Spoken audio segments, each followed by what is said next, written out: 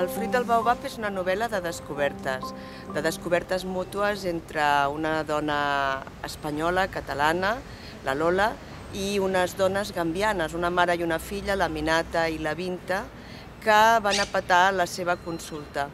És una novel·la de compromís, en certa manera, però també, sobretot, de perplexitat i de reflexió entorn de les diferents formes de pensar i d'entendre el món.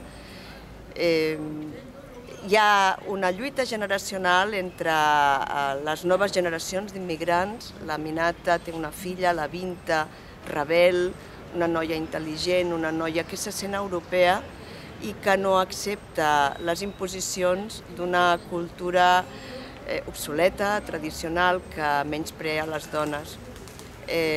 La Minata és el difícil encaix entre aquests dos mons, el vell i el nou, la generació de primera generació d'immigrants, la generació jove, els homes, el seu marit, les dones, ella i la seva filla. És una peça fonamental en aquesta història. La Lola és la mirada occidental, és la mirada de les dones alliberades, de les dones cultes, de les dones que han seguit el seu desig, han tirat endavant la seva professió i que descobreixen que, malgrat tot, hi ha sabieses ancestrals que altres dones d'altres cultures els poden transmetre.